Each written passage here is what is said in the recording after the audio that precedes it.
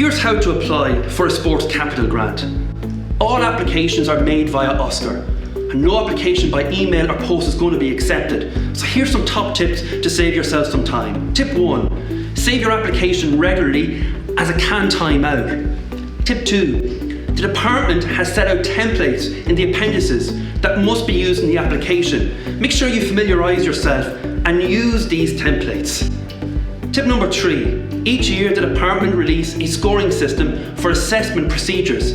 This outlines the weighting of how points are awarded. So make sure you cover the elements that are weighted with the most points. And the final tip, when uploading a document, make sure that it's not password protected. Upload it as a PDF or a JPEG. Name each attachment with an obvious name, such as Approved Design of Track. Documentation is not submitted fully. The documentation does not use the templates provided.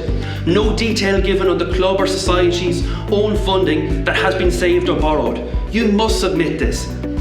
So if you are applying for an extension to facilities, make sure you have the title or access to the land that you are going to be developing. The best tip is to start the application process as soon as it opens.